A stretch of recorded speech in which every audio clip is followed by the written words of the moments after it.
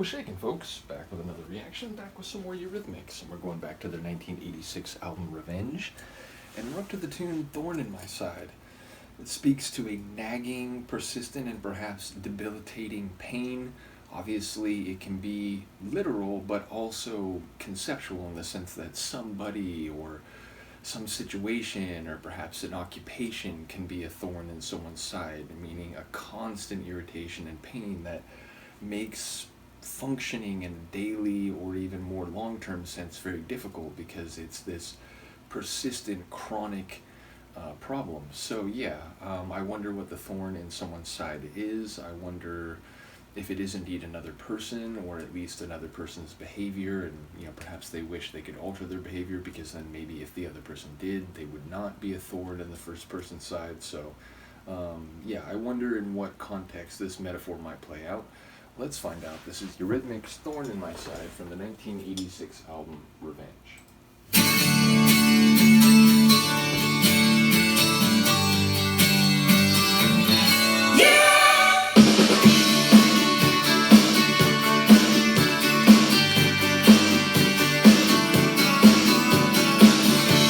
You gave me such a bad time. You tried to hurt me, but now I know.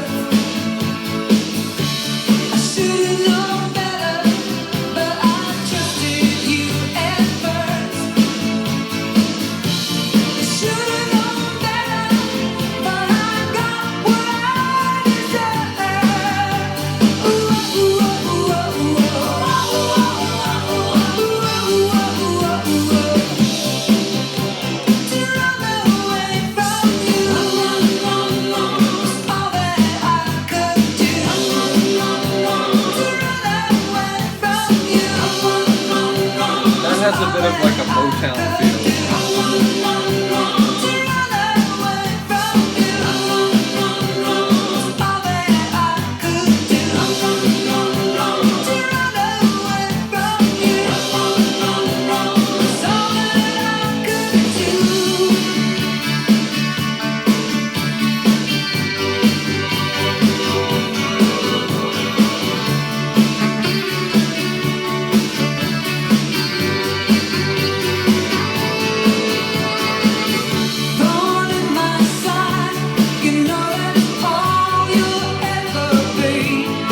Not just that's all you were, that's all you'll ever be.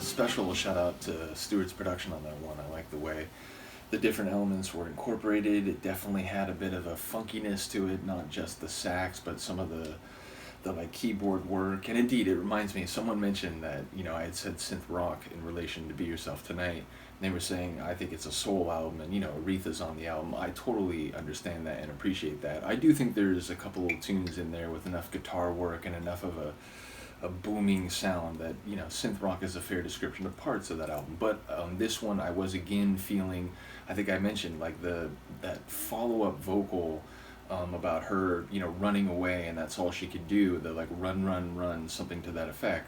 It reminded me of like Motown soul type of, layered vocals where it's like the lead and then the backing vocals sort of doing a call and response. It felt kind of like that. So like over the course of the track, we got the keys, I felt the synths in there, but we also got a funk feeling, especially with the sax, and then, as I said, a bit of soulfulness as well. So like I said, I enjoy the way Dave brought those different ingredients to the mix. And again, Annie, a couple moments in particular standing out, but it's almost like, sometimes, I talked about it earlier, how people said, the couple reactions where I made a point to comment on Dave's productions they appreciated, because someone was saying that they feel like Dave sometimes gets a bit overshadowed by Annie, and in that case, or in that respect, I absolutely can see how that would be, because she's such a striking figure, but his music really is fantastic, so I can understand that worry.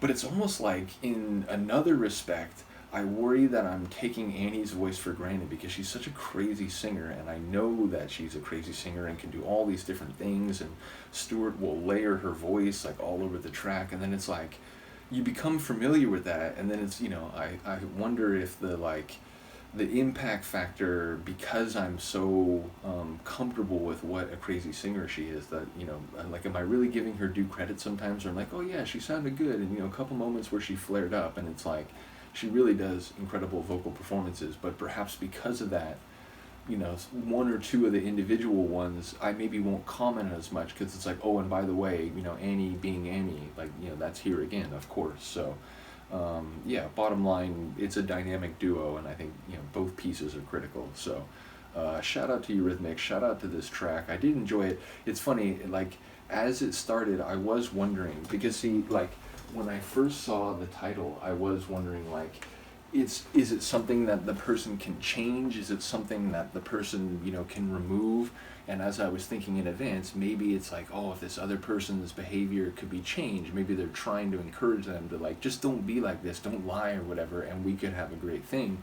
But she's saying, no, that all you ever were was a bundle of lies. You were a problem.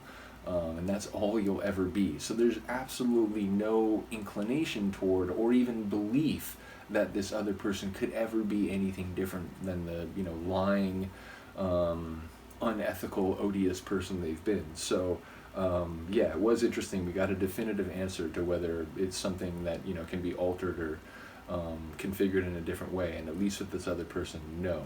So, I did find that amusing. Do let me know what you think of this one, and we'll see you next time. Peace.